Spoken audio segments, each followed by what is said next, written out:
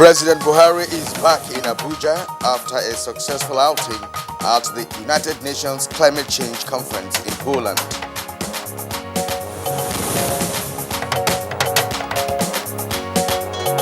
Federal Executive Council to hold special session tomorrow to consider 2019 budget. Senate approves President Buhari's request for payment of inherited local debt as House of Representatives passes Public Procurement Act Amendment Bill for second reading. And on Good Morning Nigeria today, we focus on efforts at recharging Lake Chad.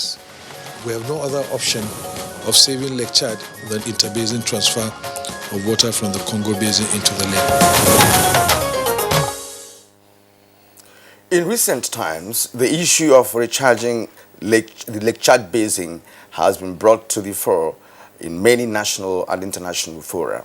Yes, Kirian, and the reason for this is certainly not far-fetched. The Lake Chad Basin has been a source of fresh water, fisheries, pastoral, and agricultural land for many countries, including Nigeria.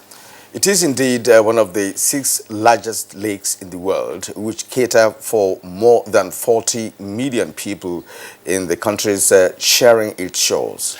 Well, the Lake Chad Basin was said to accommodate some 25,000 square kilometers in the early 1960s, but with desert encroachment and other factors, it has shrunk to just 1,300 square kilometers at the moment.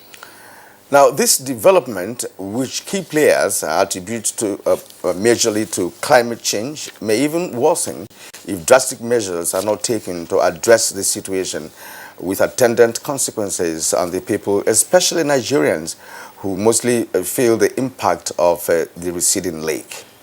Now, little wonder then that Nigeria is spearheading the project for the recharging of the lake with 3 other countries through the construction of some 2,500 kilometers of navigable channels from the river Ubangi in the Congo Basin.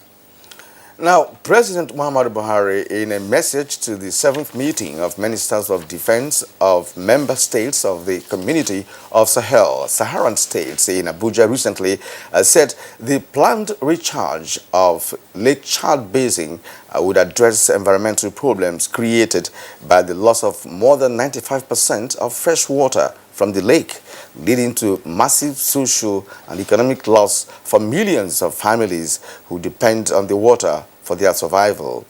Well, that's not all. Just a few days ago, the president, that's Muhammadu Buhari, re-echoed the desire and need for Lake Chad to return to its former state by drumming up support for the recharging of the lake. And of course, the support is urgent from the international community, which he said would guarantee future security of the region as well as the livelihoods of persons who have been affected by the shrinkage of the lake.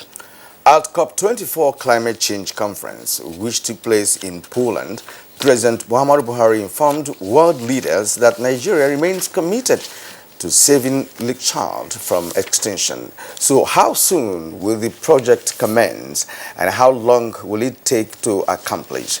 What is the state of the Trans-Aqua program which Nigeria is spearheading?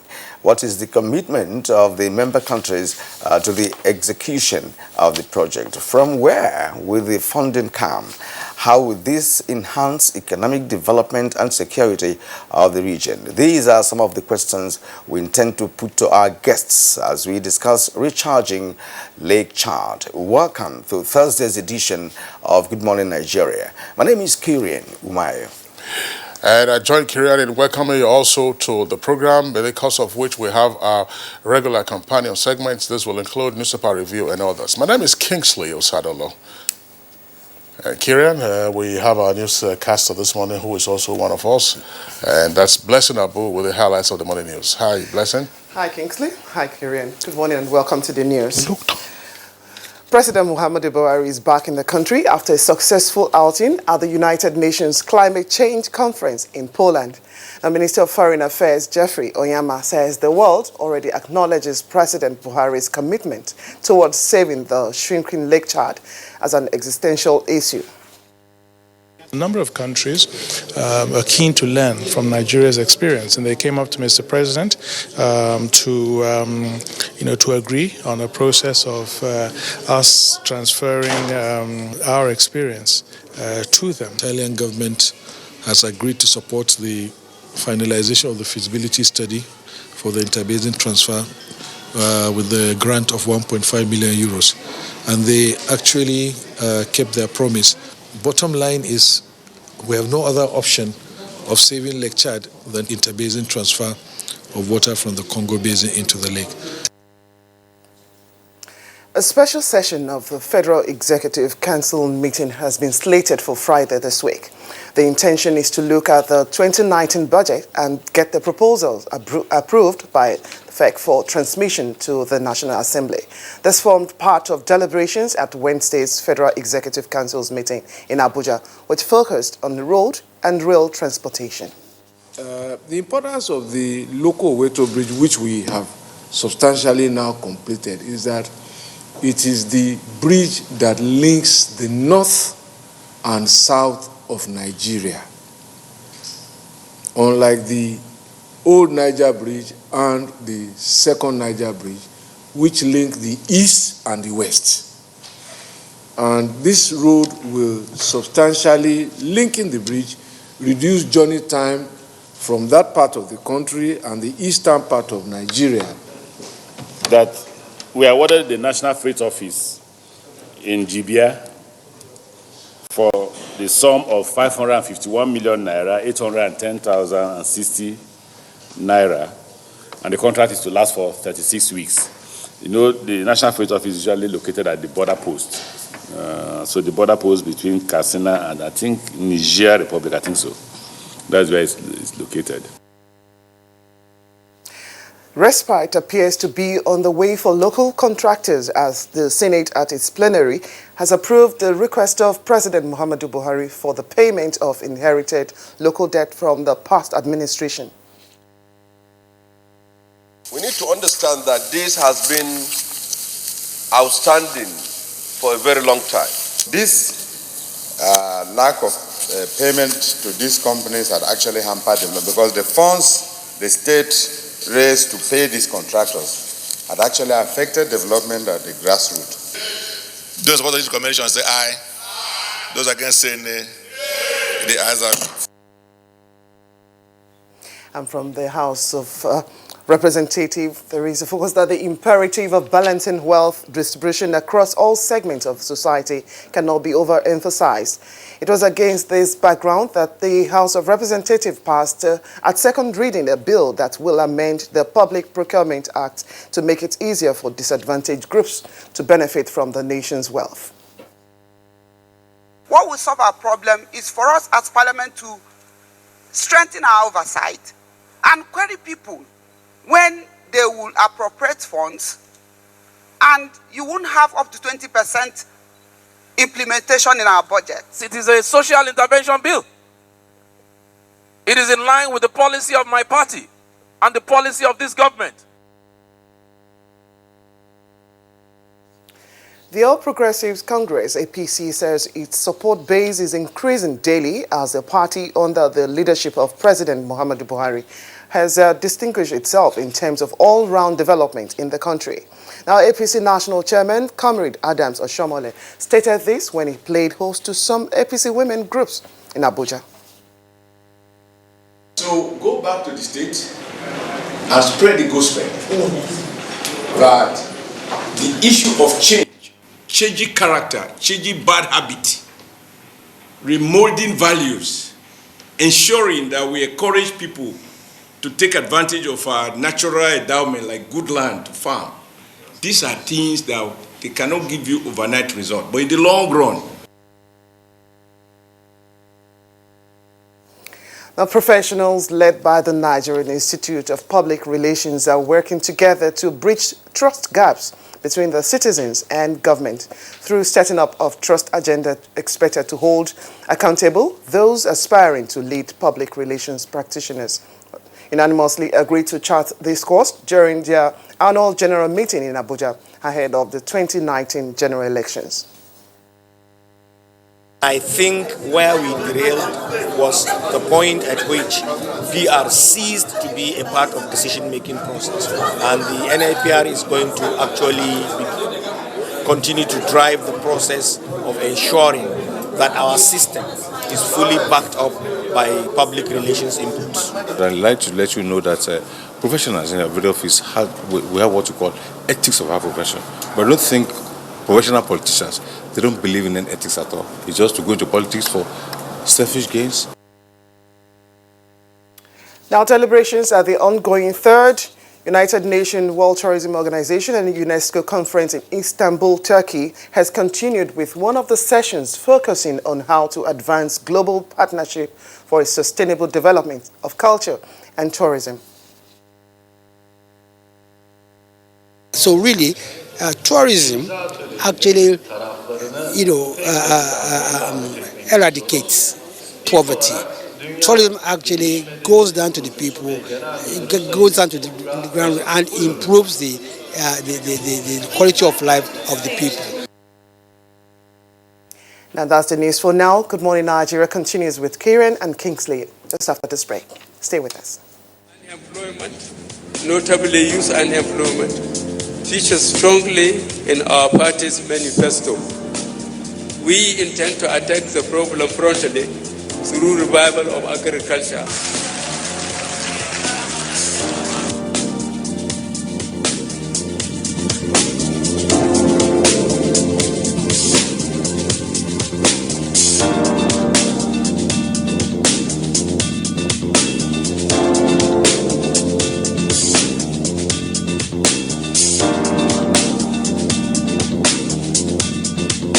The 30K is going a long way. Actually, I bought an acre of land for 60K like 2012, and presently I have a cassava farm and a yam farm.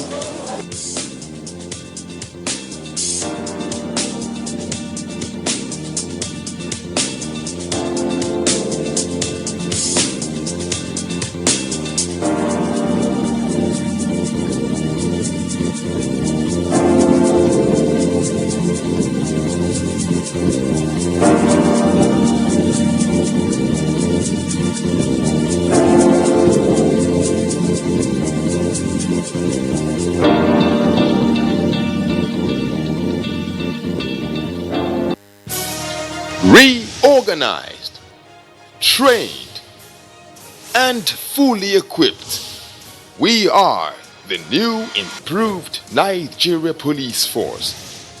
We fight crime, we bust syndicates. Whatever the crime, wherever the hideout, the Nigeria Police Force will get you busted. Stop kidnapping, armed robbery, murder, pipeline vandalism, and other criminal activities. Be productive. Be security conscious. Join the police force to secure your life and property. This message is from the Nigeria Police Force Public Relations Department. In Nigeria, there is one sound we need to silence.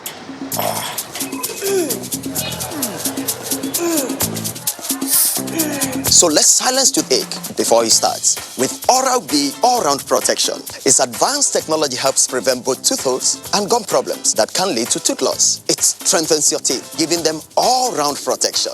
Because the only sound we really want to hear is that of our future. For healthier, stronger teeth in 1 week.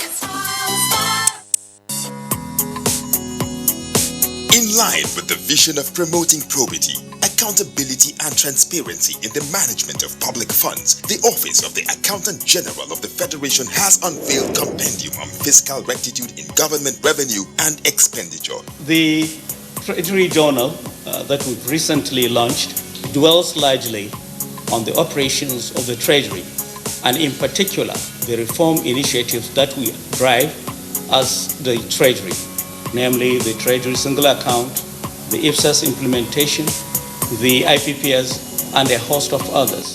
Very incisive and educating. Grab a copy of the Treasury Journal from your vendor and get abreast with financial transactions such as monthly allocations within the federal, state, and local government, Buhari's transformation policy on the Treasury, inroads to IGR, and many more mixed grilling stories. Remember, the Treasury Journal is a dependable ally for researchers, financial institutions, the academia, and policymakers. Treasury Journal, a fiscal rectitude in managing public funds.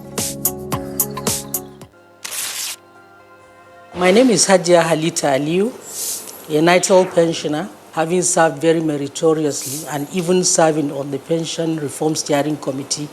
I ended up without a pension. The National Council on Privatization, under the chairmanship of Vice President Atiku Abubakar at that time, decided to pay us 3 years pension on a take it or leave it basis. Over 16,000 Nitel MTEL pensioners have struggled to get their pensions restored. Unfortunately, all attempts with successive administrations, did not yield any dividends. The quality of our lives, has been severely impacted, by the stoppage of our pension.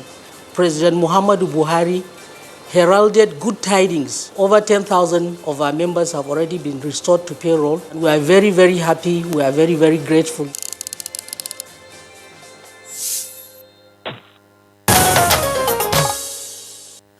And you're watching Good Morning Nigeria on the network service of the NTA. Now to business. Nigeria is set to ease trade across borders, and experts advocate strengthening of the country's auditing system. Let's now join Kunle Adeyeye for details. The job of auditing government's activities, both internal and external, has been described as the bedrock of accountability and transparency in government business. Experts believe that billions of naira can be recovered and leakages blocked by strengthening the nation's auditing system through passing the Auditor General's bill still at the National Assembly. By the Constitution, the provision in Section 85, paragraphs 2 and 4, and Section 125, paragraphs 2 and 4, we know that enormous responsibilities are given to Auditors General of the Federation of our country, Nigeria, also of the states. In another development, the federal government, in its effort to ease trade across border, has approved the full business case certificates for the warehouse in a box project.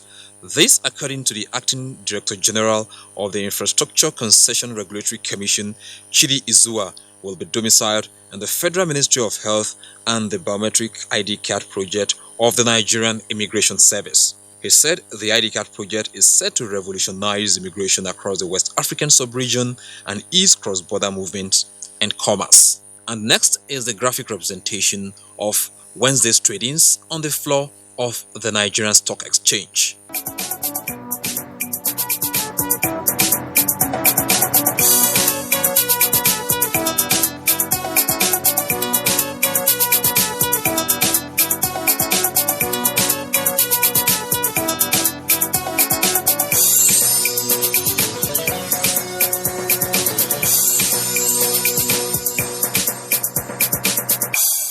With business news, I'm Kunle Adeyeye. Thank you very much, Kunle Adeyeye, for the business package on Good Morning Nigeria. Newspaper review is next for us on the program.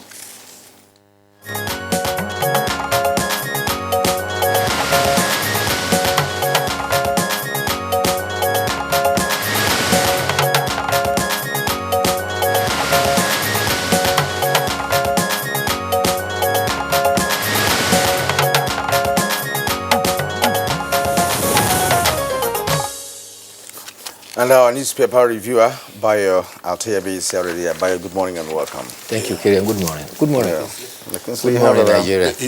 That's right. I have two newspapers. Let's begin with the Daily Trust newspaper. Daily Trust newspaper, it has an illustration on its front page, but the lead story says, with a kicker, that's Daily Trust now, says, police open up on clash with bandits. How we lost 16 policemen and rescued 20 others in Zamfara. That's the lead story for the Daily Trust newspaper. Above that and below the name flag, opposition parties threatened showdown over electoral bill. Details can be found on page 14. Budget.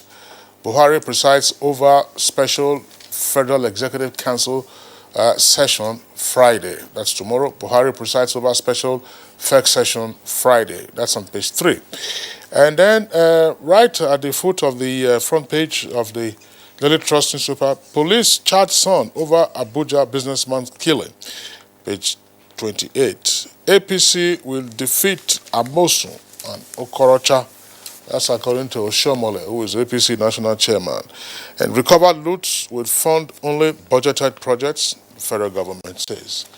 Okay, and then the illustration I was talking about refers to the occurrences in Zamfara State. It says some reported killings in Zamfara State from 2011 till date. It's a total of 895 persons have been killed so far. And then, well, there's an insert there. I'm sure that you'll get the details plus the sidebar that is just attack locations from 2011 till date in Zamfara. Kirian. All right, let's go to the Nigerian pilot. The Nigerian pilot, directly below the nameplate, CUPP adopts Atiku as consensus presidential candidate. He's on page 6 of the Nigerian pilot. And besides that, we have reps intervene in a nation's labor crisis. It's on page 10.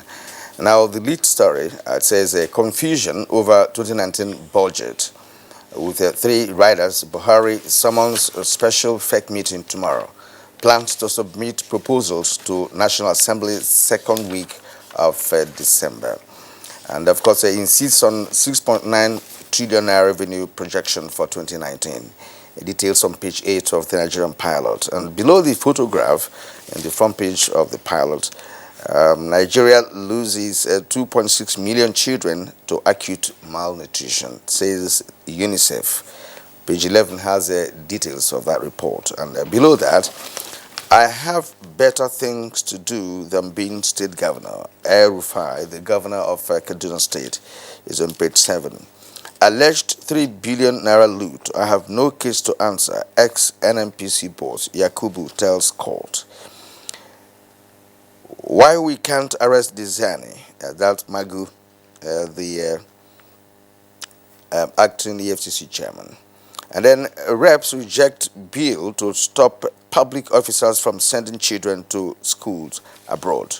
It's on page 11. Now Senate approves establishment of 6 new federal institutions on page 6. Bye. Yes, the convening of a special session of the Federal Executive Council is to tackle the challenges of the budget 2019. You recall that the medium-term expenditure framework had been sent to the National Assembly.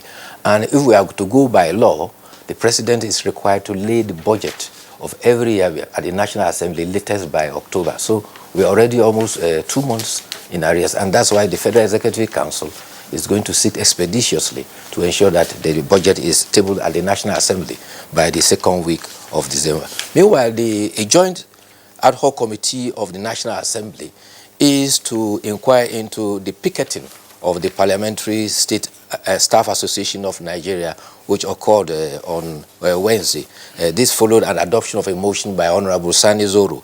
The motion also prayed the House to request President Muhammadu Buhari to transmit the tripartite negotiation on national minimum wage to the National Assembly for legislation.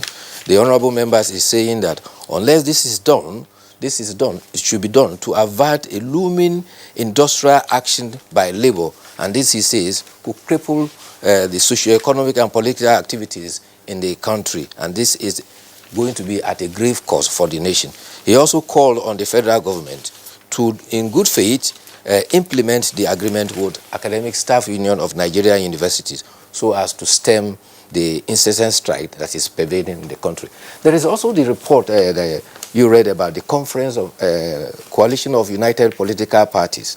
They held a press conference and said 45 political parties have selected the candidate of the People's Democratic Party as their own candidate. Prince Olagunsoye Oyinlola addressed the press conference and said they had a criteria for which the party met, for which they had selected. And he said, if the coalition had worked together, they would have won in the Osun election. He was citing that the total votes polled by the opposition was 550,000, while the APC candidate had won polled 255,505. And he says that on their projection, they are hoping that the coalition will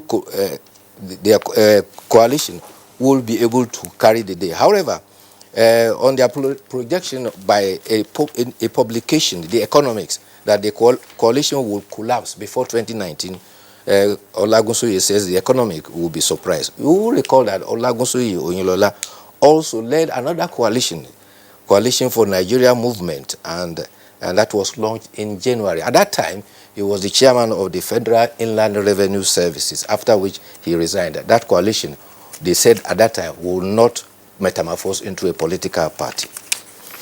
Well, Olagunsoye, former military administrator of Lagos State, and also former elected governor of Osun State.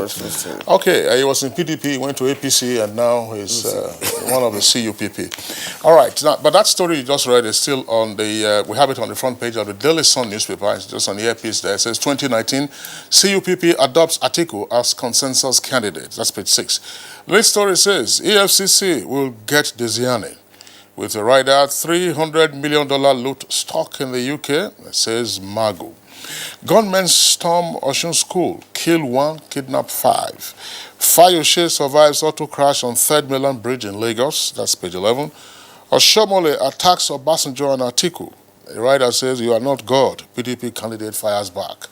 That's page 6. And then you have the photograph there showing that that's the members of the Forum of NGOs, FOGON, as they are called, in front of the U.S. Embassy during a demonstration to demand non-interference of U.S. government in Nigeria's politics yesterday. That took place in Abuja. And lastly, Saraki to Buhari, sign new electoral bill now. That's page 11. Right. Concern must be shown about the gunmen that attack a college of education in Esaoke. Esaoke is in Osun State near Ilesha, and that is the hometown of late Chief Bola Ige.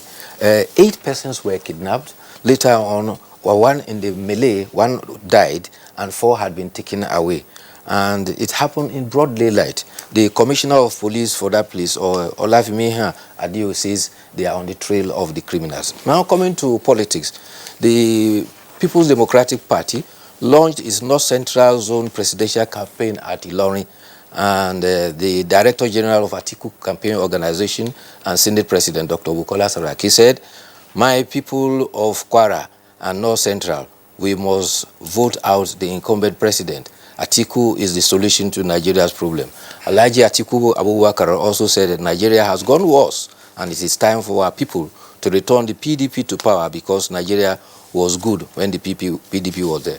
Party chairman Uche Secondos lauded the turnout of the people and said that experience of Alhaji Atiku in both public and private sector will return Nigeria to the path of glory. Meanwhile, on the part of the national chairman of the All Progressive Congress, Adams Oshiomhole, has said that the political romance between former President Obasanjo and his then estranged vice president will not last beyond February 2019. Adams Oshiomhole says past misdeeds of his foe turned friend will work against them at the February 2019 elections. And he said specifically that the alleged cost the former president plays on himself if he supports his former vice president will work against them. On the grievances within the All Progressive Congress, particularly in Ogun and Imo states, the chairman of the APC says that supporters of the party in Imo, Ogun states, as well as state and national organs of the party, will work hard to ensure victory. The former chairman of the All Progressive Congress, Chief John Odigi Oyego, has expressed confidence in the ongoing peace moves within the APC to enable the party face the race with a united force. Okay. All right. Sorry, Kieran. I just wondered, there was a story about how Fayoshe was involved in an accident on the 3rd Milan Bridge. He was said to be on his way to Ibadan. Yes, he was, of course, coming from the Lagos Island end and heading towards Ibadan when the vehicle crashed into a broken-down bus on the bridge. He suffered some injuries, but he was said to have been administered some first aid, treated thereafter in the hospital, and then he continued his journey to Ibadan. All right, and let's go to the review for today. That's the editorial review for today, and it's from the Daily Independent newspaper on page 21 on proposed electricity tariff increase. Now, the managing director, Eco Electricity Distribution Company (PLC), Mr. Editorial recently advocated a new regime of electricity tariff in the country. The chief executive officer of one of the 11 discos that emerged following the unbundling of Power Holding Company of Nigeria (PLCN) argued there are existing objective conditions which warrant upward review of electricity tariff based on market rules that guide such process. Well, before I go to that editorial, can I quickly remind our compatriots that today the 19th edition of the National Sports Festival will be opening at the National Stadium. This has been postponed since 2014 because Cross River that came out that was supposed to have hosted could not meet that demand. And when it was postponed again because it's a biennial event, the National Council of Sports had to prevail on the federal government to host it, and that is why it is being hosted in Abuja now.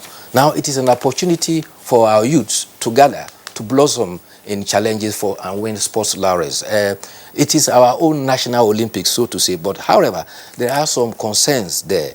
Officiating is a challenge, and these young men and women who compete say that such frustrates all their efforts. Secondly, allowances that are meant to be paid is also a challenge. Thirdly, there are mercenary athletes. We have people from one state migrating to state where the allowances are higher and tend to represent those states. And those are the challenges that are there. But the good news is that the Ministry of Youth and Sports has secured a sponsorship that is to last 10 years. And that, if sustained, will go a long way in boosting our sports and youth potential. Now, talking about the editorial, it is about the electricity tariff, and it is centering on the proposal by the managing director of the Eco Distribution Agency calling for an increase in the tariff. You will recall that the Minister for Power and Housing, Works and Housing, had indicated that increase in tariff will not be approved unless there has been tremendous improvement in electricity being provided. So the editorial is saying that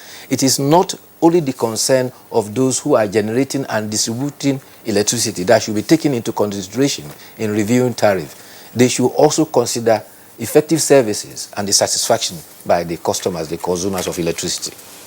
All right, Bayo, thank you very much. Of course, we keep hearing about issues pertaining to electricity supply and so on and so forth, and the reason why we are not getting enough of it in the environment. The operators will say, listen, increase tariff.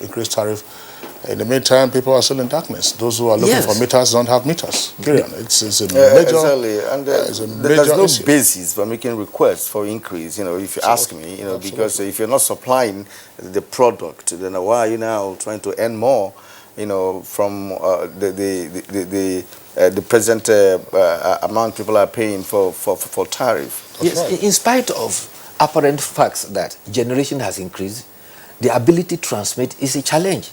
So also is the ability to distribute. So if you generate and you cannot transmit and distribute for people to receive power, where is the electricity that people should have to pay increased tariff for?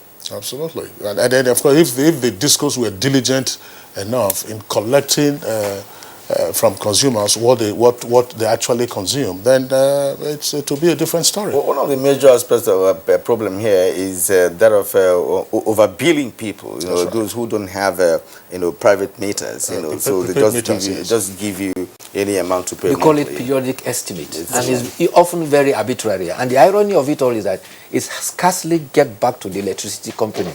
Those who are the middlemen in between are the ones who share it, and that is why they have deliberately frustrated the idea of metering. If there is meter, you pay for what you consume. Yes, absolutely. I agree like with pay as you go. That's right, pay as you go. All right, Bayo, that's the much that we can take. We'd like to thank you for being around. Thank you very See you much again tomorrow. So it's Good Morning Nigeria, still on the network service of the Nigerian Television Authority. We're taking a short break now. When we return, we'll be dealing with the issue relating to how to effectively recharge Lake Chad. There's a lot of cha-cha in what I'm saying, Kieran. Hate speech is not a joke. It incites genocide and crimes against humanity. Most of Africa's civil wars are caused by hate speech from one tribe against another.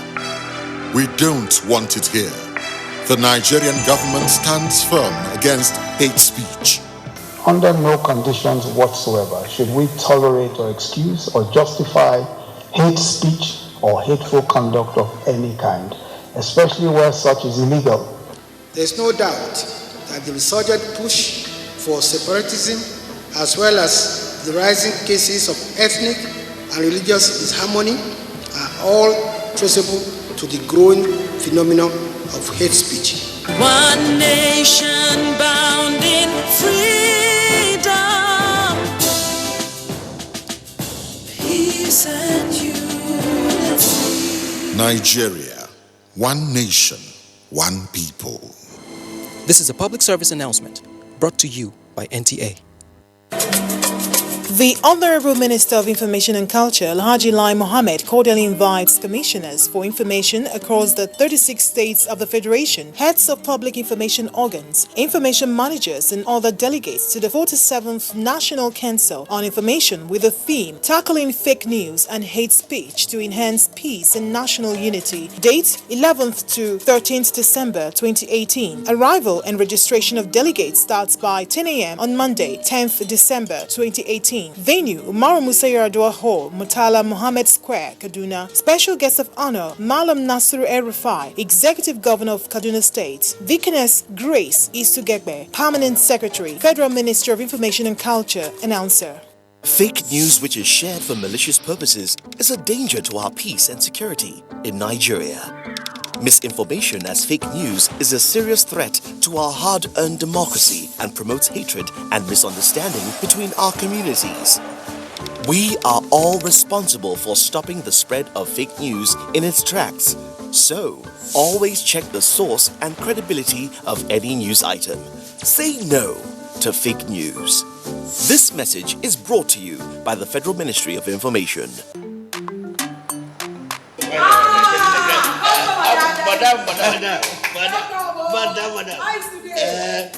Brought us as usual. As usual. You have no problem. For the three put you are welcome, sir.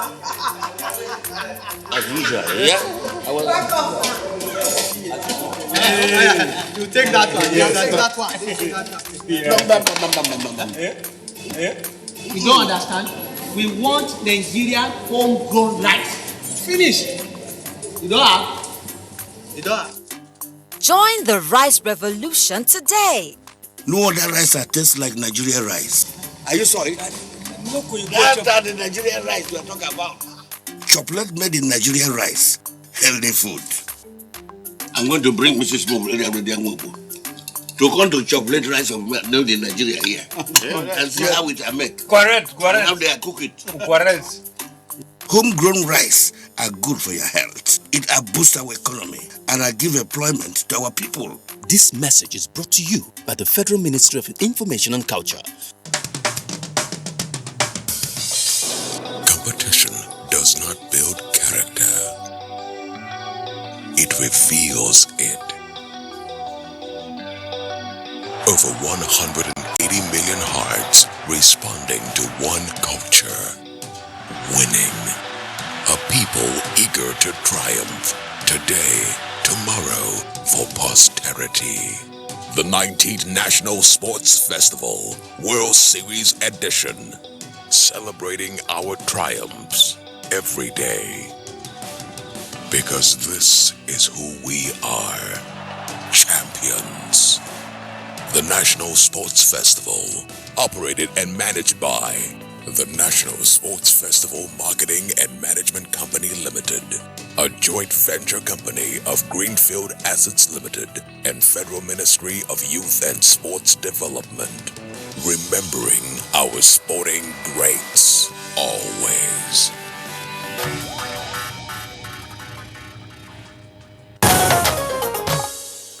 Thank you for staying with us. And to kickstart our discussion on recharging the lake chart, let's take this background report put together by Mitaire Iben.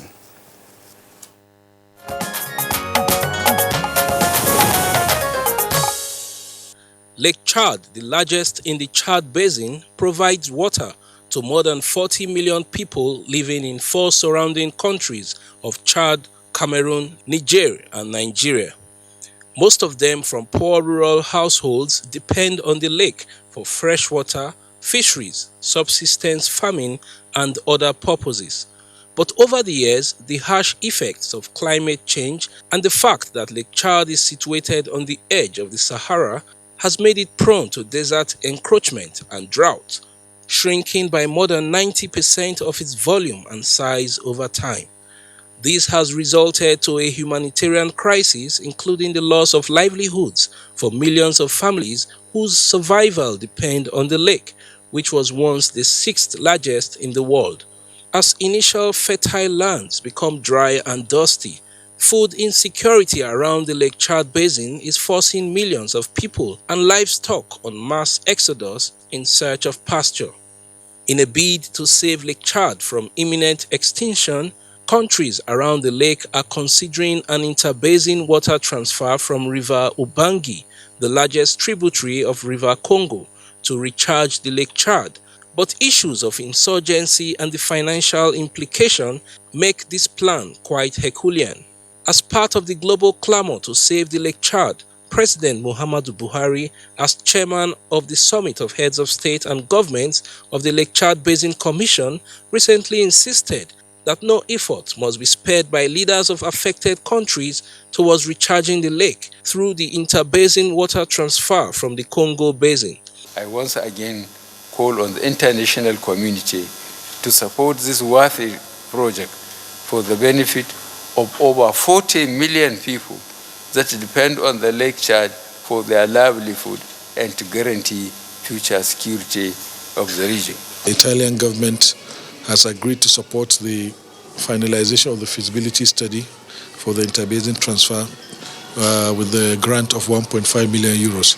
Bottom line is we have no other option of saving Lake Chad than interbasin transfer of water from the Congo Basin into the lake. But how committed are member countries of the Lake Chad Basin Commission to this project? To what extent is Nigeria spearheading the efforts to recharge Lake Chad, and at what cost? Guests on Good Morning Nigeria will deliberate on these issues and more shortly.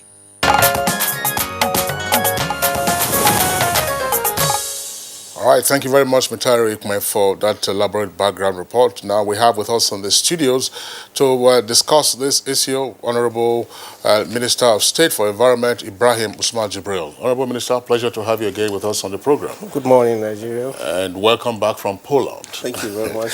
Okay, and then we also have with us in the studios Malam Garbashir, Senior Special Assistant to the President on Media and Publicity. Malam Garbashir, pleasure to have you with us again on the program. Again, it's my privilege. And also, welcome back from Poland. Thank you. Okay. All right.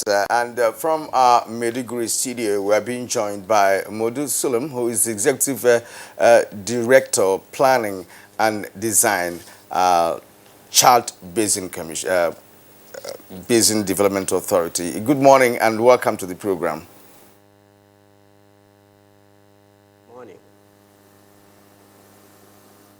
Well, I hope we're going to get a clear audio from Maiduguri. Kingsley, perhaps as we move on, we'd like to find out whether the sound is true so that we can engage him. Engage him. I'm sure our engineers will clear that up. Yes, because I believe that he has a good understanding of Lake Chad, being the man in charge of planning division. All right, we have been cleared that the audio is through.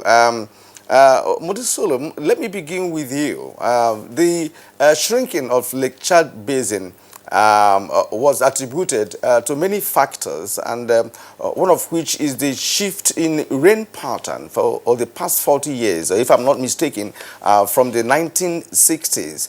Could you give us a historical background of the shrinking of Lake Chad? Good morning, viewers. Lake Chad, I think Lake Chad was there, and then this shrinking of the lake is a sort of natural phenomenon, because if we go by history, there are reports that the lake shrinked for some time, but Lake Chad water is a renewable water. When you are removing the water, you just have to get a replacement. So to at least look at it in that aspect, the most important thing is to have a good water management that will save the lake. The lake was shrink to its maybe over 90% as reported, and this has affected us. History has shown that around 1983 it was even worse to its present condition. The other aspect is how do we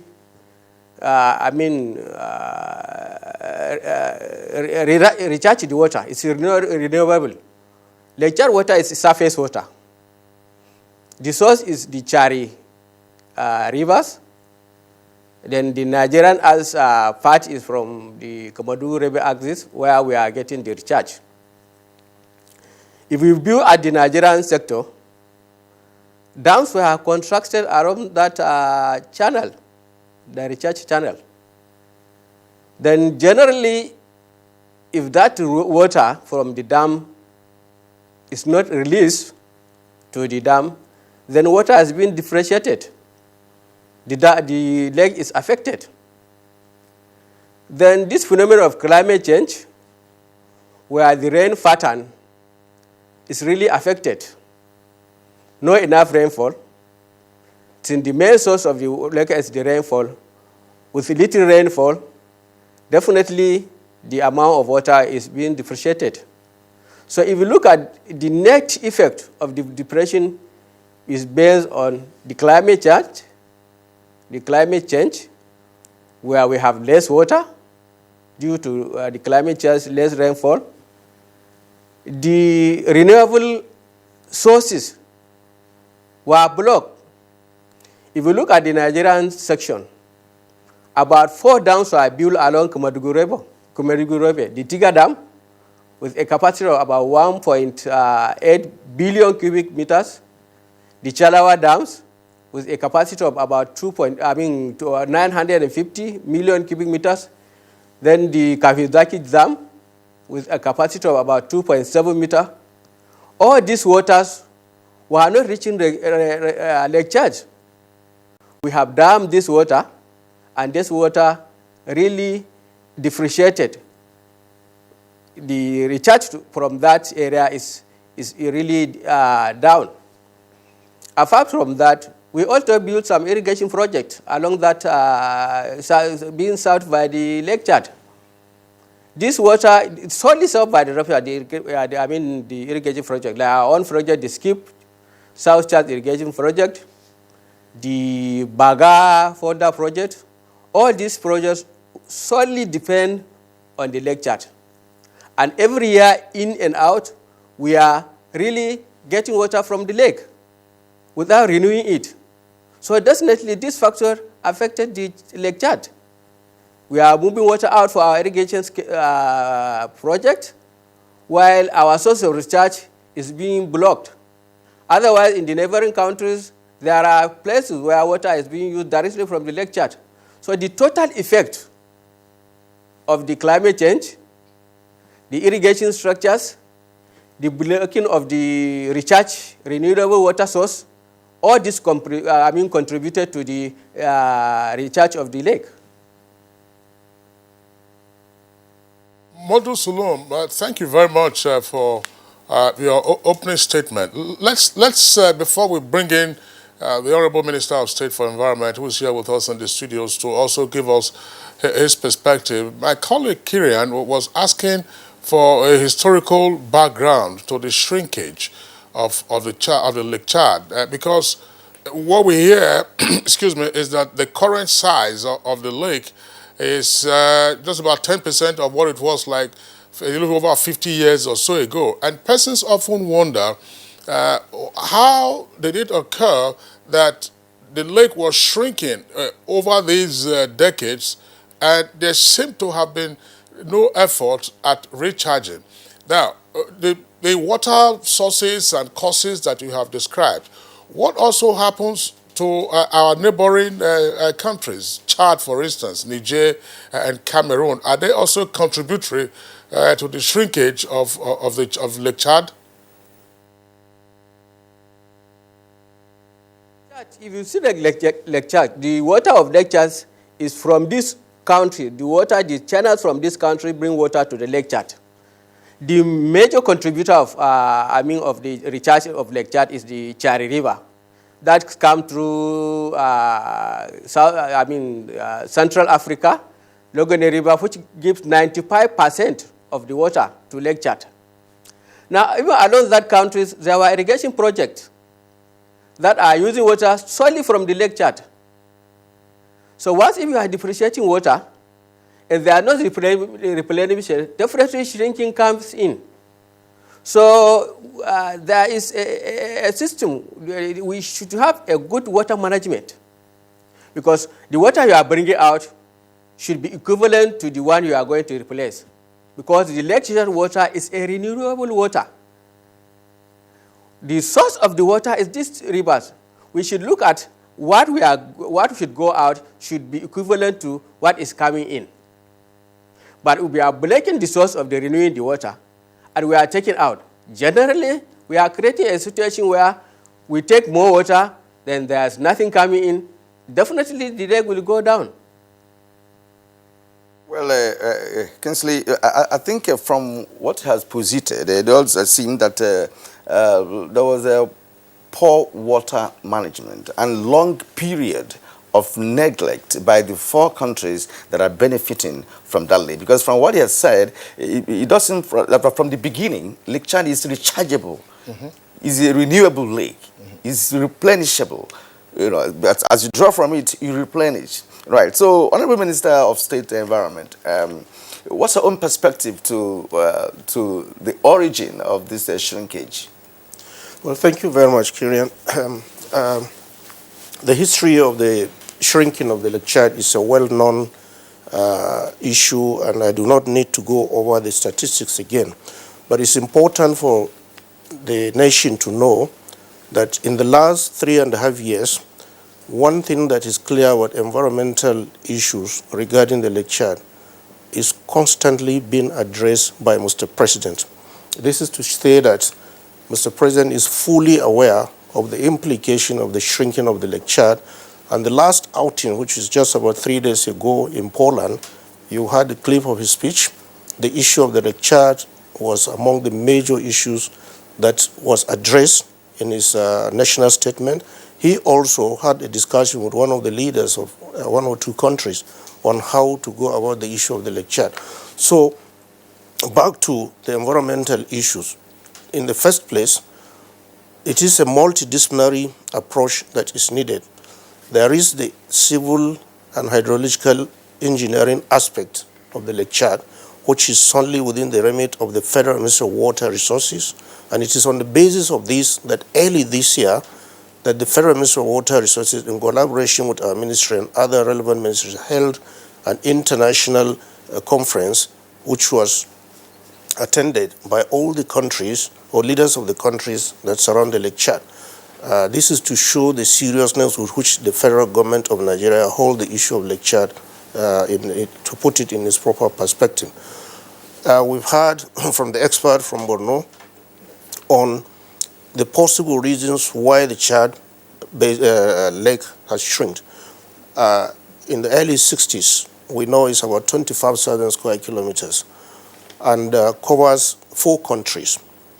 By now, or by 2010, it was just 10% of its original size. That's just about 2,000 square kilometers. What are the factors?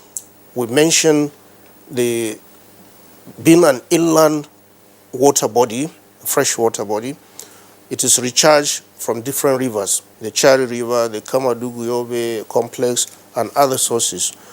And we've had the expert from Maiduguri talking about the damming, about 3 or 4 dams that were constructed along these rivers. Even at that, if there is proper water management strategy, there could still be a possibility of releasing some of the waters from these dams to the Lake Chad. It's not a new thing. If you look at Egypt, they depend solely on the waters of the Nile River. But the Nile, being the longest river in Africa, comes across about 4 countries, from Uganda, the White Nile, the Blue Nile, all combined to send water. And without the Nile, you could effectively forget about Egypt as a country, because 90% of the population of Egypt lives along the Nile basin and takes a lot of it's just about 5% of the land area. But that's what is used for irrigation and for agricultural purposes to feed the Egyptian country. So if we have a solid water management practices in the best possible way that will lead to reduction of wastages, there is no reason why we cannot address the issue of the Lake Chad. But having gone this far, having lost more than 90% of the water bodies, you cannot now think of relying on the traditional sources of recharging the Lake Chad to work again. That's why the President is passionate about the interbasin transfer, which is seen to be the only possible solution now. Already the pre-feasibility studies has indicated that this is feasible, and it will take water from the Congo Basin, which will go a distance of over 2,500 kilometers to bring those water. And there will be some dams. There will be, you have to deal with the basin complex, you have to do the watershed management, and you have to address the issue of how to use the water, because you cannot stop the irrigation practice. We are after agriculture, and we need the water to do the irrigation. But if you cannot manage the water properly, for instance, we're fond of using sprinkler irrigation. It's not my field, I'm afraid. It's within the water ministry, but I think I have a little idea that I can share. You can do drip irrigation. Using drip irrigation, little water is used, and you avoid wastages from sprinkler. In other words, the drip will just target the crop, and exact needs of that crop is used. And that way you can manage the little water. This is done in arid areas, and it's practiced in places like Israel, where they have water deficiency and therefore must manage the water efficiently. But the biggest challenge and the biggest way to solve this problem is to do the interbasin transfer. It is going to be a multi-billion-dollar project. It has to get the cooperation of the countries in the basin, particularly the Congo, Chad, Niger, Nigeria, and Cameroon. We have to come together, and I think what the President is doing now is doing a good job. He has been able to get all these leaders together at one forum, and at every event, they are carried along together. The main issue will be the funding. And at international engagement, like the one he had this week, he made sure that it's put in the front burner. If you don't address, if those who have the means to fund these projects fail to do so, they will be doing it at their own risk, because you cannot stop migration. And this will be an irregular migration. It will be climate-related migration. People will move out. They can dare the consequences of the Sahara. They can dare the consequences of going into the Mediterranean.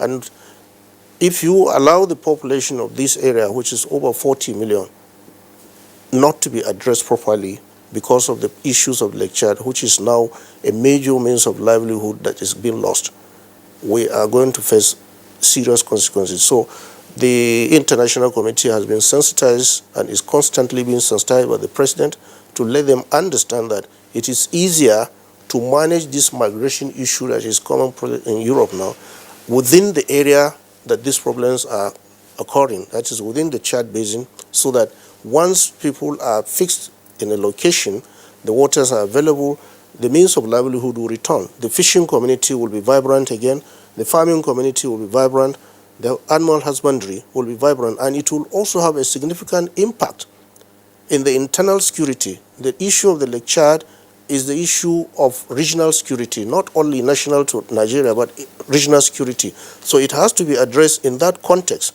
because if you don't manage the land and water rights, even the conflict you are facing now with the herders moving down from that area because of the loss of livelihood down to the north central, there will be pressure on land. We are experiencing it, and whatever way you look at it, there is a problem that has to be solved. And I'm happy that the President has given us all the necessary support. By that I mean the Ministry of Water Resources as well as the Ministry of Environment. So yesterday there was even a side event in the Pavilion of Nigeria in Poland, where the Lake Chad issue was the main issue addressed, and it drew a lot of attention from people. And I think if we continue in this trajectory, focusing properly on how to get the Lake Chad recharged from the Congo Basin, it will go a long way to solve this environmental and economic issue. All right. Thank you very much, Minister of State Environment. Let's bring in now the Senior Special Assistant to the President on Media and Publicity, Malam Garba Shehu. Malam Garba Shehu, you've accompanied the President to some of these international fora, summits, and so on and so forth, particularly COP meetings. And there is no doubt that President Buhari has stood out as a champion of the recharging of Lake Chad. But as we do, as has been indicated, and as in fact we do know, there are other countries that benefit from Lake Chad and would benefit also from a Lake Chad, that swells up to previously high levels. What do you find, for instance, with regard to the voices of our neighbors at these international fora, at which the President constantly stands out as a champion of the recharging of Lake Chad? Why do we not appear to hear more from our neighbors? Well, thank you very much. I think that much of it is coming from the conviction that the President himself has. I think that it is not an overstatement to say at this time that he has turned himself into a global activist of matters of environment, and I think the whole world is taking note of his role.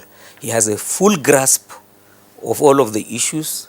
He understands all of the things that are played out, not only in Lake Chad area, but threats coming from the desert encroachment, from the northern borders, and also the rise of sea levels, rocking our coastal areas. So it's like the country is being buffeted, from both ends, and we're really getting into. And the President also has he has a story he tells all the time about the fact that some of these problems had been envisaged.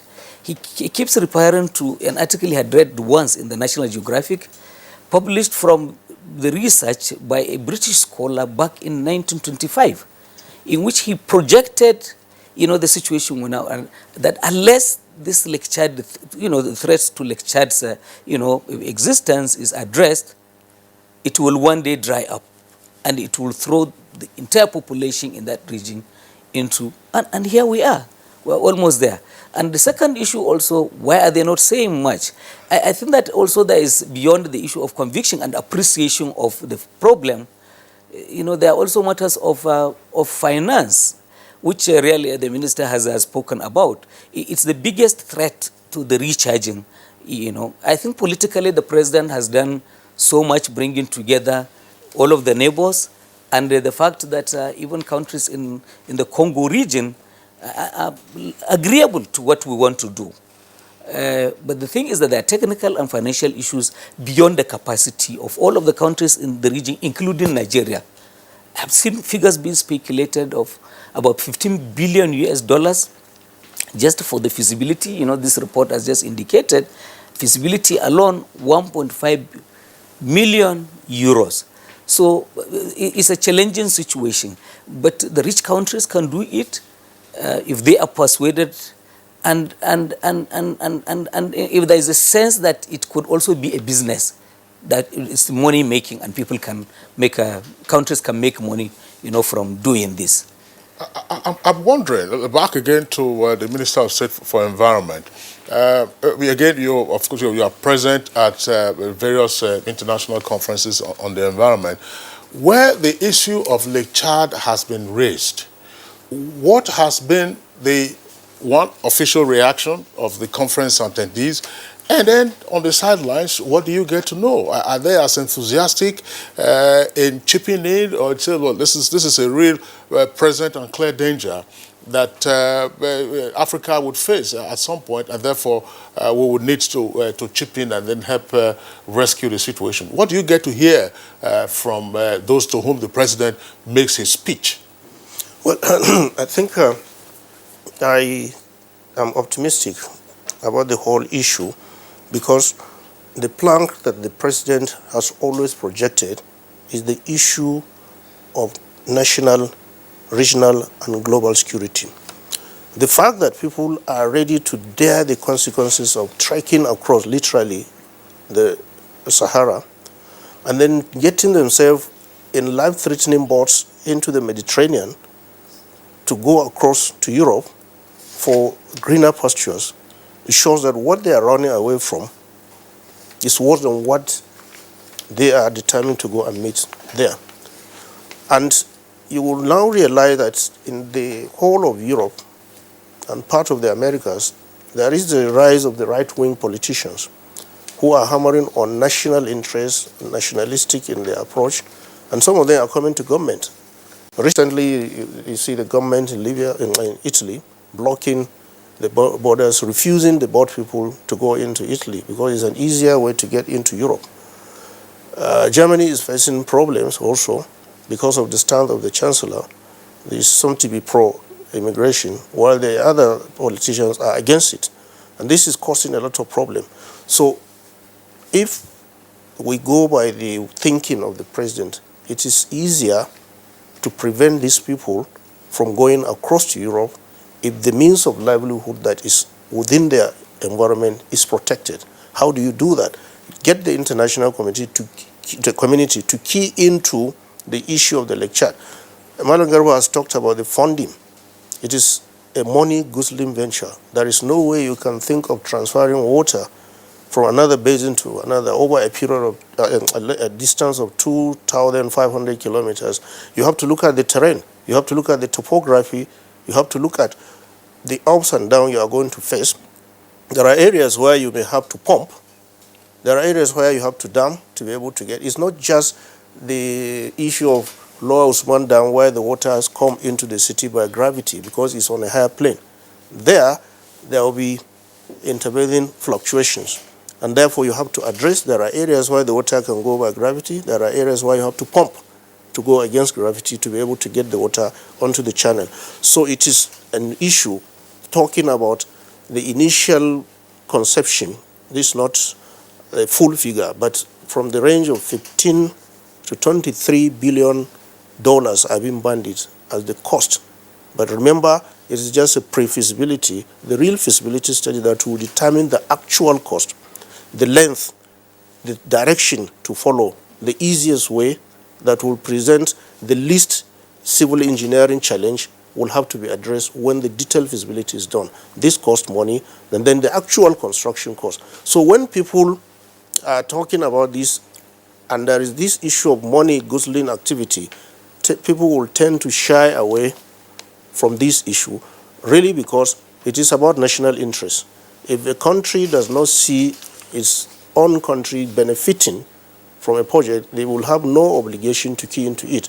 But if you look at the security challenge that it will pose, we don't want you people to come. Okay, you don't want us to come, then come assist and let's solve this problem that will prevent our people from leaving to go to your end. Since you don't want them, we want our people. And I believe if people have the means to do the right thing and get their livelihood moving on, there will be no reason why people will want to move away from. Nothing is better than home. And so what we get, yes, this is a good idea. We have to think about it. We have to study it. But I believe from the way and the tenacity of the president on this issue, a lot of the leaders are coming to grips to say that, yes, this is a problem there has to be something that has to be done to be addressing this issue consistently. And I'm sure for the next period to come, the president will continue to have on this. And at the end of the day, I am sure there are even the Chinese now who are willing to come in there. Of course, the Italians have given some funding for the pre-feasibility studies, and I think the Chinese are showing interest in this issue. So even if other parts of the world do not seem to show interest, the Chinese will come in a big way, and I'm sure at the end of the day, this issue will be addressed. The most important thing is that we have the political will at the highest level, that is the president's commitment to this. Malam Garba has alluded to the fact that he's fully on top of this. Remember, he was in the Northeast as a governor, he ruled, he knew the time the Lake Chad was at its peak, he knew the time that thousands of trailers were moving from Baga with the fish down to the southern part of the country. He knew the time where millions of cattle roam around in those regions with lush grass and fodder. And now he is seeing the other side of it. He has seen the good part of that period. He is seeing the ugly part now. Therefore, you can expect him to be more concerned than any other person. And that's why we, the lieutenants, have the urge to move forward and address this issue. And along with the Water Resources Ministry, I think we are not going to rest on our oars until we get to the bottom line and addressing the issue. That is a long-term projection. All right, gentlemen, from all indications, there is a huge sum of money required for this. And from a particular source, it says about 50 billion US dollars. That's the feasibility study and other technical aspects of it inclusive.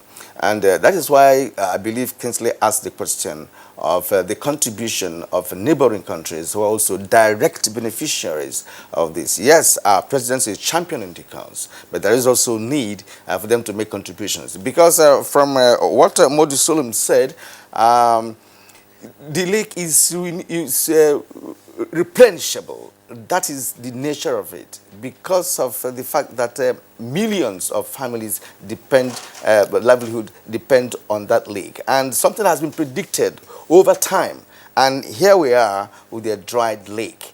Now, if governments of the four countries succeed in replenishing the lake, what about management? And that's why I'm going to Modi Solom, who is of course directly involved in planning and designing of that lake. I want to ask you this. Now, in terms of management of the lake, if we succeed in replenishing it, what will be the way forward in terms of managing it, in terms of ensuring that there's less pollution? Because the pollution, as we've learned, is also part of the reason why the lake shrank. So tell us about what you foresee should be the way forward when this lake is finally replenished.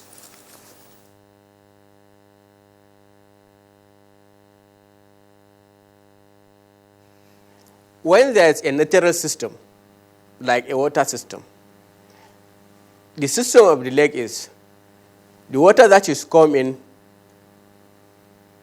the amount that should go out should be equivalent to the amount or less than the amount of water that's come into the lake.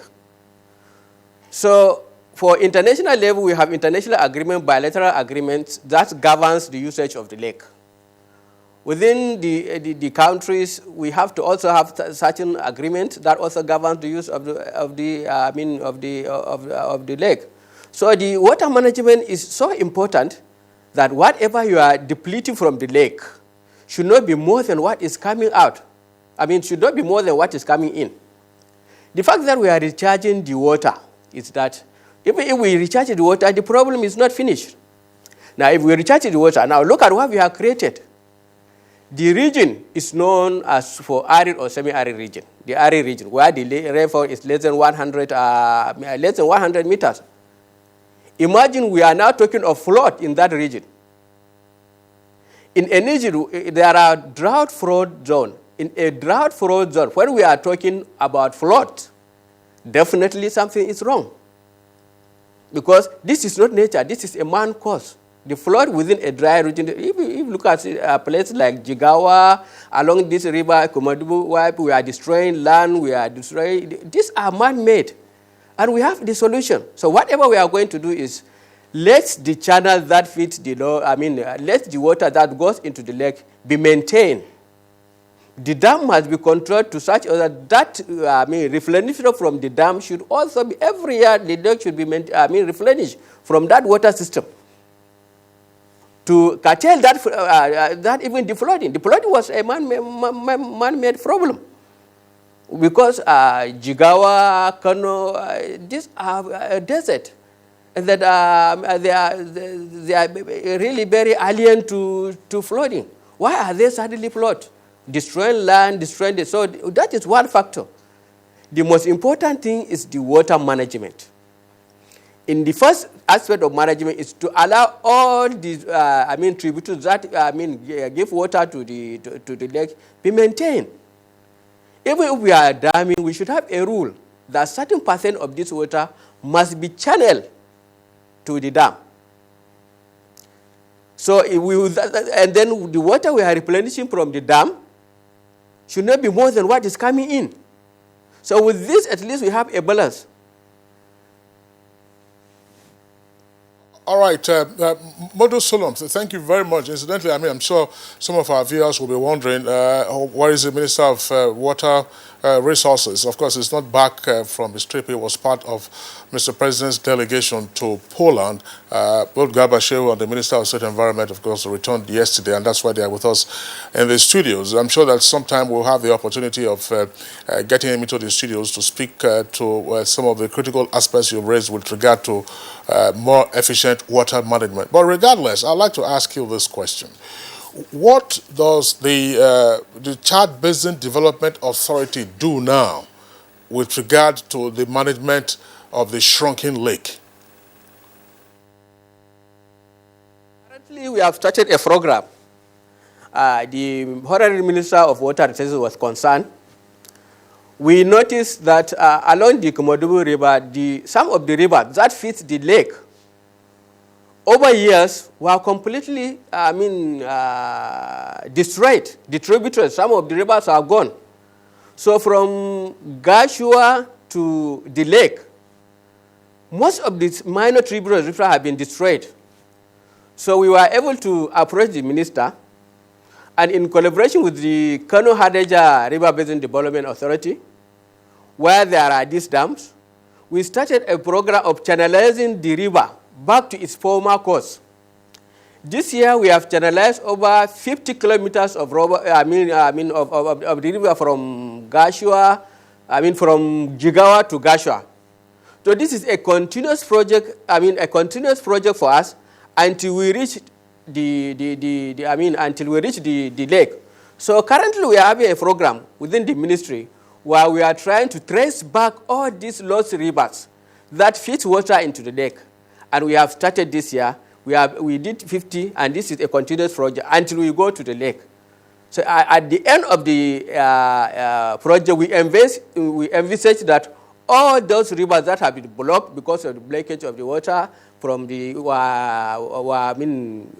traced to the lake, and then the release of the water from the various dams, when released, should definitely will not hinder and they should definitely go to the lake. And we are looking at also these swampy areas, the floodplains, where these really were enlarged because of the not flow of water from the rivers. These are also, we are trying to control the grass and to channel them to the river, so that at the end, the expected result is that all water all channels that leads to the lake prior to the current were maintained, and this would definitely increase the recharge from this end. So as far as the ministry is concerned, we are collaborating, and we are trying to at least to bring out those lost tributaries, the earlier rivers, so that the earlier system of recharging the river from the source is 100% maintained. All right, thank you indeed. This seems to be simple, but complex in terms of what has been able to explain. With respect to also trying to rechannel water to the lake and tracing the lost rivers that, we are here to, supplying water, fresh water to the lake. Well, you're watching Good Morning Nigeria, and we're looking at recharging of Lake Chad. And at this point, we'd like to take a break. When we return, we shall look at other intricacies with respect to our conversation this morning. Stay with us.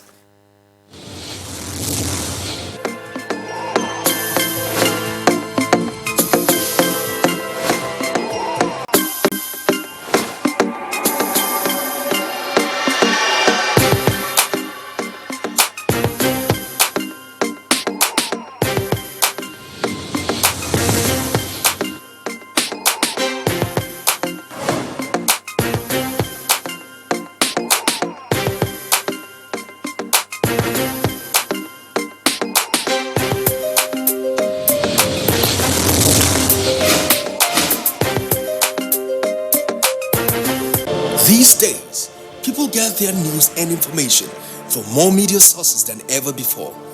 Some of the news and information given are fake, unverified, doctored, and manufactured to create confusion, stir disaffection, and cause disunity. Before you believe or share any news, ask yourself, is this real? Is it from a credible source? Is it verified or verifiable? Fake news is dangerous, whether you do it for fun or for political gains. Real people can get hurt. Fake news, don't create it, don't spread it. This is a public service. If you hear a bomb explosion or gunshots of an active shooter, that might be a terror attack. At such times, always remember 3 action words: run, hide, report. Don't try to run towards the terror scene to save the situation, because there might be a second bomb blast or another attack. Run far away and take cover. Make sure you are safe first. Yes, it is in our nature to sympathize over the hurt, but remember, only trained personnel can help in such situations. When in a secured environment, promptly call relevant authorities and help will come. For anonymous reporting, call 09630-3250-5 or 0813-2222-106. If you see something, say something. Nigeria unite against terrorism. This message is brought to you by the Federal Ministry of Information and Culture.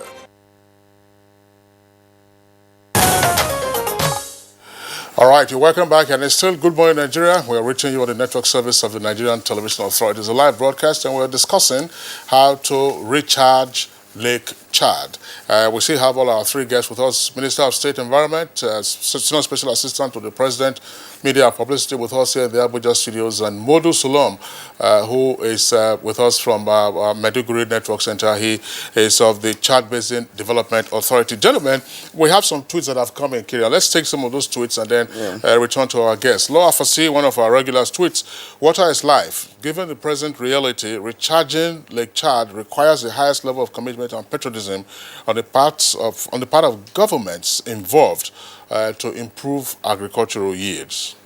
Now, from Omobola Hall, the Lake Chad water basin is as important as life itself. The relevant regional governments must come together to rescue its reported extinction. Festus Akimboyewa, it says, Lake Chad must be saved from extinction. It is only when Nigeria and other countries bordering the lake take the lead in recharging it that they can expect support from the international community. Or from Mike Anyakwo, the threat of extinction of Lake Chad is an affront to economic development and means of subsistence for locals around the region. The area had witnessed security challenges in recent past, and the shrinking of this endowment is a recipe for chaos. Relevant governments must do the needful. And Idris Gidado Aleo tweets, recharging Lake Chad is one of the best moves by this administration that will assist in bringing lasting peace to the area and also economic prosperity for the people. All right, from Professor Nasiru Idris, many dams were constructed along the rivers that recharge Lake Chad without being put to use. There is need to review that first. And Joseph Aidan tweets, now the threat of Lake Chad extinction is equally a threat of wasted resources of the constructed dams along the new Marte, Logmani and Baga axis that were not utilized. Every effort needed to revive the bumper harvest of wheat, fish and tomatoes recorded in the Lake Chad area in the early 80s is welcome. Now, from Abdul Musa, the plan by the current government to bring life back to the Chad Basin would in no small measure provide jobs for the youth who are mostly recruited by Boko Haram insurgents and make them less vulnerable. And Onoye Victor, it does appear that the historic Lake Chad is being demystified. Only recently did most people learn it is rechargeable and not a deity. The solution begins by rehabilitating the original sources of recharge, otherwise it will amount to a wild goose chase. All right, from Cecilia Okoroma, she says it is unfortunate that past leaders never thought about the economic value of Lake Chad, hence the negligence and accelerated shrinking. River Niger is also showing signs of drying up. Hope those in charge do the needful to avoid shrinking like the Lake Chad. Dele Jack Solomon says, while recharging Lake Chad will not solve the crisis permanently, it will address drought, control desertification, and could even act as a catalyst for the establishment of fisheries and irrigation activities. Well, those are the tweets that we have in the meantime. Let's come back to our guests in the Abuja studios.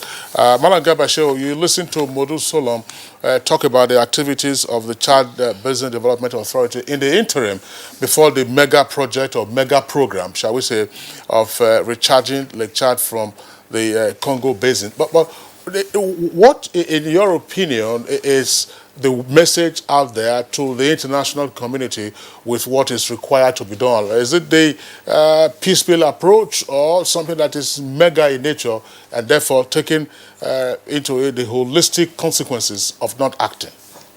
Well, you know, the minister spoke about this international conference in Abuja here in February this year.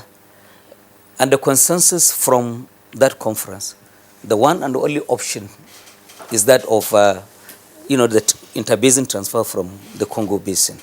The expert from Maiduguri, Sulum, had spoken so much about all of these elements that are also contributory to it. I think that these experts also at the international, they looked at all of these things, including the damming and so on. And the most efficient would appear to be that interbasin transfer. Two rivers or just one of them pumping all of their waters into the Atlantic and I hope the Minister of Water Resources will be here one of these days. 8% of the water they pump into the Atlantic is sufficient to discharge. When you are able to do that, you are also going to preserve all of these domestic uses to which the water is being put.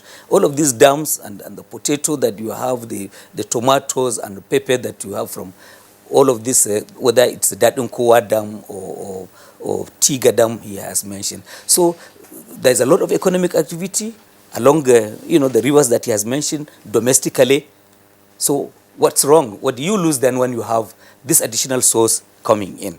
I think that, beyond all of the things that have been cited, there's a bigger picture of irregularity of the rains, of how the rivers themselves function. River Niger, for instance, where people talk about the fact that there's huge flooding during rainy season, at some points it dries up, during the dry season. So it cannot be detached from the ongoing climate changes that have been experienced globally, that are threats that are costing the world huge billions of US dollars, whether in Africa or in other parts of the world. Yeah, I'm wondering, Malagaba Malagaba just raised the point, and from a layman's perspective, I want to ask Modu Solom again in Maiduguri Network Center. Modu Solom, a lay person would ask this question. I mean, if we are looking to take water from the Congo Basin, which is on about 2,500 kilometers, that length of distance, and Malangaba has just said here, look, two major rivers emptied their waters into the Atlantic, two major rivers being River Niger and River Benue. River Benue would appear to be closer to Lake Chad. Is it possible, is it feasible then, through some hydrological science, to, as it were, have a pipeline or network of pipelines taking water from River Benue and then pumping periodically into Lake Chad? Is it feasible? Yeah, it's feasible. But what we should have in mind is Lake Chad is a natural system. Naturally, it was there, a system where the water is obtained from the current, recharge system, the Komodu River, the Chari, Ditsin. Now, if we divert this system, we are creating problem. Because for us, management environment is bit managed, but manage what you have in your environment. Not, if we bring it, supposing we bring in the water from this thing, recharge is recharged now fully. Now we have the dams. That system we are creating along the Komodo, we are creating another problem. Why is this that water that is supposed to the ground? Where will it go? So the next effect is we don't have to disrupt this. It's possible. You can transfer water from from anywhere, but the system, the affordability, and then how safe it is. These are what we look into before we do things. Because you can even bring the water from the from the Atlantic Ocean. It's possible to bring it to Lake Chad, but how much would it cost at? At what cost? At what safety? At what? These are things we have to look. Because it's not the exam alone that I think that we were talking about. We don't just, because we want water in Lake Chad, it doesn't mean we should just bring water to Lake by any means. We can bring water into Lake by the safest means, where our environmental is not destroyed, with little fun. Yes, as you said, it's possible. But this has really, is a cumbersome sort of thing. So what we are looking for is the best, the cheapest, the best possible way to get to, to bring water to Lake Chad is what is recommended. But as you said, it's possible to bring water to Lake Chad from the Benue River. But at what cost, at what expense, at what environmental degradation? There are a lot of things when we look at that. Gentlemen, from whatever angle we look at this, it is not an easy task. But I think what Malam Shehu pointed will concern the idea of transferring water from the rivers around Nigeria into Lake Chad is germane. And I'd like the Minister of State for Environment also coming from this point of view. Let me ask you this. In the past programs that we had on water issues, Professor Adano raised a very critical question of the possibility of not only feeding Lake Chad through other rivers in Nigeria, but of course to also see how we can manage the flood that we have every year, preserving the flood and making use of it to turn it around to become an advantage to the country. Do you think that government will look into that aspect of seeing how we can make use of domestic rivers in Nigeria and of course the flood towards recharging Lake Chad, perhaps futuristically? Well, so long as we want to talk about more productive agricultural activities, and we know the government is focusing on agriculture, diversified now, to bring in means of livelihood to feed ourselves, to produce what we eat, and to eat what we produce. There is no way you can run away about the talking of the flooding. Flooding, as we've had in one occasion in this studio, is a factor of 2, 3, or 4 things. You have to look at the intensity of rainfall at a particular point in time. You have to look at the carrying capacity of the channels. You also have to look at the issue of waste management. When you have floodings in townships, you will discover most likely that most of the channels are blocked as a result of improper solid waste management practices. as well as the lack of following building codes and building regulation. That is a town planning factor. If they are not well planned, when the channels are blocked, there is no way you can run away from flooding. Then you go back to the rivers. Benue, Niger, a lot of the channels are silted. This is also another big civil engineering and hydrological issues. You have to desilt. It carries a price tag. In the past, you carry barges from the coastal area up to Makodi and Yola along the Benue River. You take soya beans, you take so many agricultural produce. You can't do that now. Why? Because the channels are silted. Where are the silts coming from? They are deposits that are eroded from other parts into the channels. So then I don't want to delve into the Water Resources Ministry's remit, but like I said, a little, I would say, I will leave the rest to my colleague who will handle it later. You need to desilt. You don't just pick, let's say, the Benue River and completely desilt.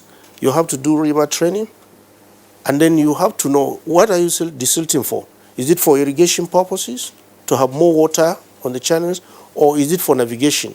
If it is for navigation, you need to know the size of barges or vessels that will ply that waterways.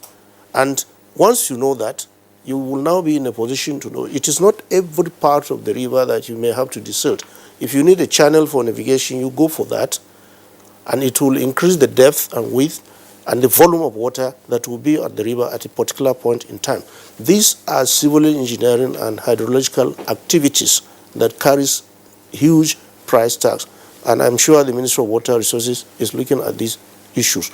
So when you have flooding in areas that are seen to be arid, it is a combination of the factors I've mentioned. Intensity of rainfall, the changing of the rainfall pattern as a result of climate change and other related activities, and then the silting of the channel.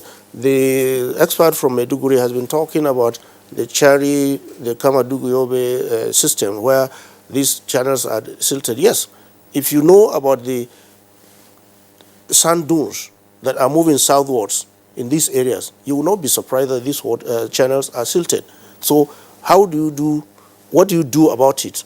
You have to address at the source. You have to do the issue of water management, and the watershed management must be addressed. You plant more trees, you prevent the sand from being eroded, because when they are eroded, they end up in the channels, and therefore silting will take place. Then the volume of water that is supposed to be carried by this channel will be reduced, so it will flood across areas that are in that neighborhood, and that will lead to destruction. But we need these excess waters. But if they are properly channeled, then we can be able to manage the water even in the dam. There is normally a timetable for releasing the excess water at a point in time. You also have to know what to do with the water. Like I mentioned earlier in this program, you may not have to do sprinkler irrigation where water is sprinkled all over. You can go for drip where specific needs are targeted and the waters are dripped into the areas where you need them, so that you don't have to flood the whole area and get the place waterlogged. It has its activities to take care of that. So I am sure if we address the issue of the silting for whatever purpose, if we want it for irrigation, we go for irrigation purposes. If we want it for navigation, we also target that. But I said Water Resources will speak more on that. Just as a follow-up to this, because you raised the issue of drip irrigation, which I actually saw in a Kibuk area of Israel, Yes. where it actually originated. The consequences of the shrinking of Lake Chad actually displaced a lot of people, because of the consequences of a drought, there's desertification, there is high wind under high temperature. Would you suggest, because yours is environment, would you suggest a situation where desertification, could be tackled through drip irrigation? Yes, it can be, in a way. You need a multiple approach. The drip irrigation I'm talking about is that you need the barest minimum of water that a plant. The experts in agronomy and water management have done the calculations. They know exactly what a particular plant, let's say tomato or onions or whatever, will need from the time you plant up to the time you are going to harvest. They do that calculation and they target the release of water through a little like something which is just at the edge of the bottom of the plant.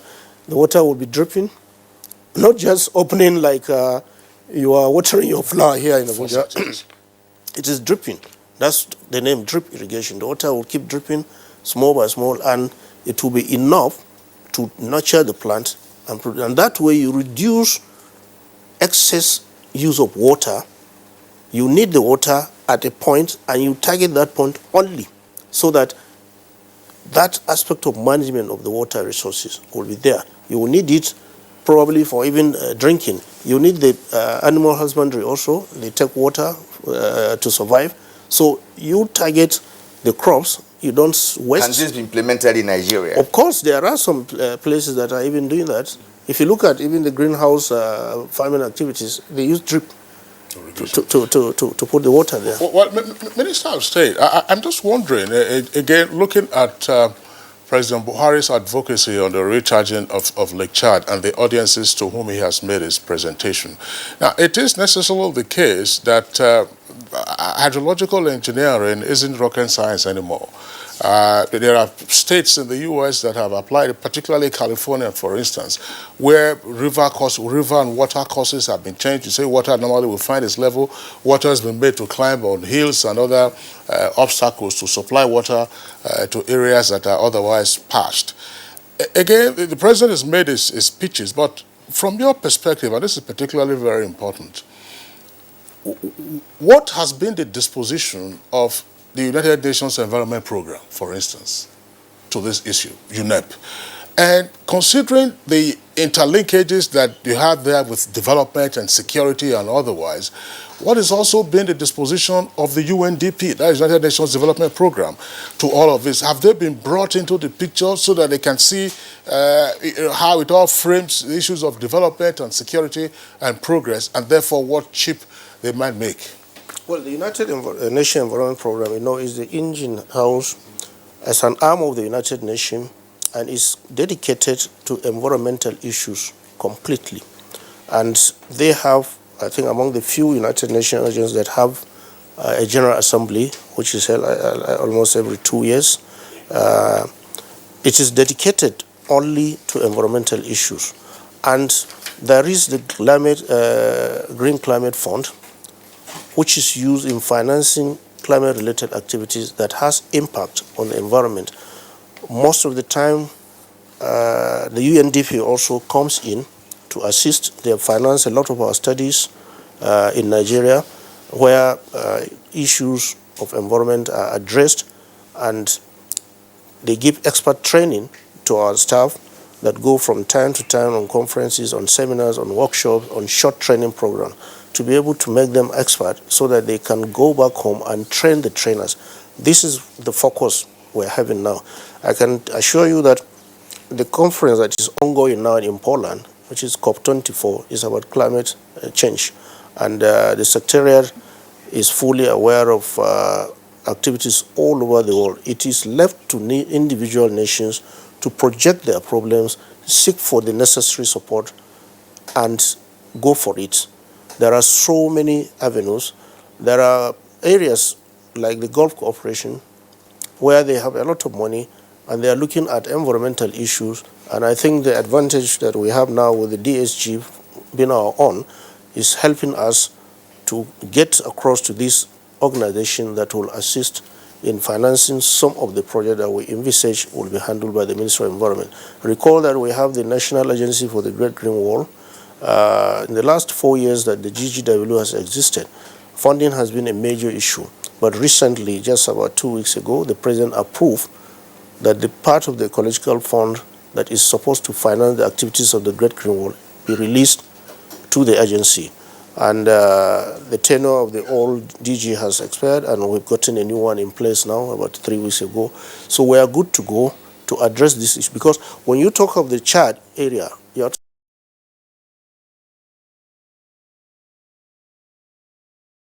meters of land is affected. It is an area where the sand dunes are moving, and you have to address these issues. How do you do that? You have to look at the water management Because at the end of the day, when there is arid condition, there will be land and water rights crisis, which is endemic and which must be addressed. When you address the water solution and get it equitably distributed to people who are in need, and then reduce the wastages, like I have earlier explained, you will go a long way to solve this environmental issue. And I think we are on the right track. A lot has to be done, but we've done some significant progress, and I believe we can keep building on this. All right, let's return to Modi Sulum in Maiduguri Network Center. In what appears to be the final question for you, what is the attitude of your colleagues in the 3 other countries that share Lake Chad with Nigeria? What I mean is the heads of organizations in water management in those countries. Is there any kind of collaboration or a synergy between you and them with respect to the recharging of Lake Chad? Are they pursuing this with the same momentum as Nigeria? There's a regional body, Lake Chad Basin Commission. They are solely responsible for coordinating the activities of the Lake Chad, of the Lake Chad. It is based in Jamena, and the coordination is done through the Ministry of Water Resources. So there is a body that is responsible for coordinating whatever is agreed upon the nation.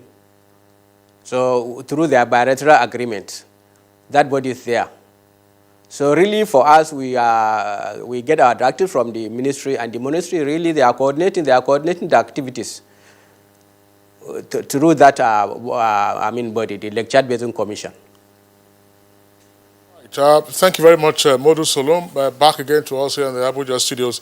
Let's take some of the last set of tweets, and then we appreciate our guests. Chris Simeon says the extinction of Lake Chad will have adverse effects on the agri and hydropower sectors of Nigeria and neighboring countries. All right, Sani Michael Makoji, the effects of the shrinking Lake Chad are unemployment, hunger, and rural-urban drift, among others.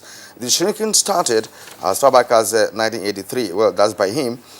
Why do we always wait for the bridge of fire brigade approach to address critical issues? And Ishaq Abdul Hamid tweets, now, if this Lake Chad issue were to be handled during the colonial era, the masters would have approached the matter with mass mobilization of labor within the communities using menial tools, just as they did with railway construction. Why can't we start from there? All right, Pami says, how sustainable is the Lake Chad recharge? And Chris Shimon again, the transfer of interbasin water to recharge Lake Chad can't be sustained. And interbasin water has processes and protocols to be followed. But Kirian, I think that's the most that we can take. But it's an important point that has been raised there. When the figures for recharging Lake Chad are being mentioned, you wonder, of course, labor will be part of the cost, equipment. I'm sure they'll be talking about high-tech equipment and so on and so forth. But that's a suggestion there from one of the tweets to say how much local labor can be mobilized, for instance, so that it doesn't, recharging Lake Chad doesn't then become one of these very costly dam projects that, if you recall, got Africa, most of Africa, into debts in the 1980s. Yeah. On account, of course, they were borrowing money then. So we're not sure what the financing arrangement will be, but if direct labor can be used, why not use part of direct labor? Covering 2,500 kilometers? It will be over various... aspects. It cannot be every part of it. You can't possibly use direct labor, for instance, to go and construct a major dam. But there will be aspects of it. If you break it down to say, look, where can you have direct labor? Where can you employ local labor? And so on and so forth. Because if you were to use the costing standards, say, in Europe, then that project will never get off the ground. I think that should be a provision for such labor you're talking about. But I think the major part of it depends on high technology and provision of the equipment required to do that. Okay, now at this point we are concluding this edition of the program, but not before. We appreciate Ibrahim Osman Jibril, Honorable Minister of State for Environment. You are always you know, our friend on this show. Thank you again for coming. Thank you, Kirill. All right. Malam Garba Shehu, Senior Special Assistant to the President on Media and Publicity, is also a personality that's always here whenever we beckon on him. Thank you again for being part of our show. Thanks for the opportunity. All right. And Modu Sulum, Executive Director, Planning and Design, Chad Basin Development Authority. Thank you for coming. All right, now let's go to sports as a part of our companion segment on the show.